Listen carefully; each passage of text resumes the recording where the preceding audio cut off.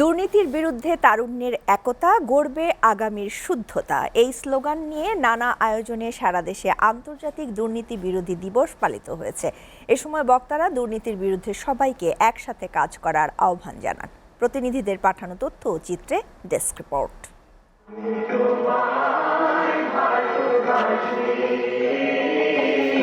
ময়মনসিংহের ত্রিশালে আন্তর্জাতিক দুর্নীতি বিরোধী দিবস উপলক্ষে সকালে বেলুন উড়িয়ে অনুষ্ঠানের সূচনা করা হয়।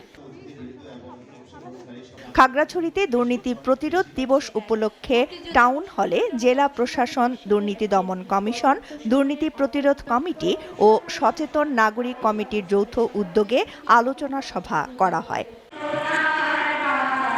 ঝিনাইদহে জেলা প্রশাসকের কার্যালয়ের সামনে জাতীয় পতাকা ও বেলুন উড়িয়ে দিবসটি উদ্বোধন করা হয়।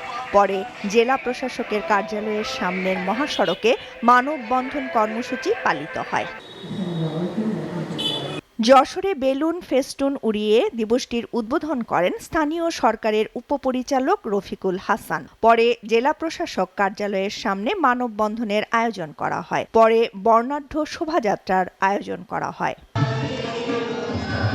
চুয়াডাঙ্গায় দিবসটি উপলক্ষে জেলা প্রশাসকের কার্যালয় চত্বরে জাতীয় পতাকা উত্তোলন করা হয়। এরপরে মানববন্ধন অনুষ্ঠিত হয়।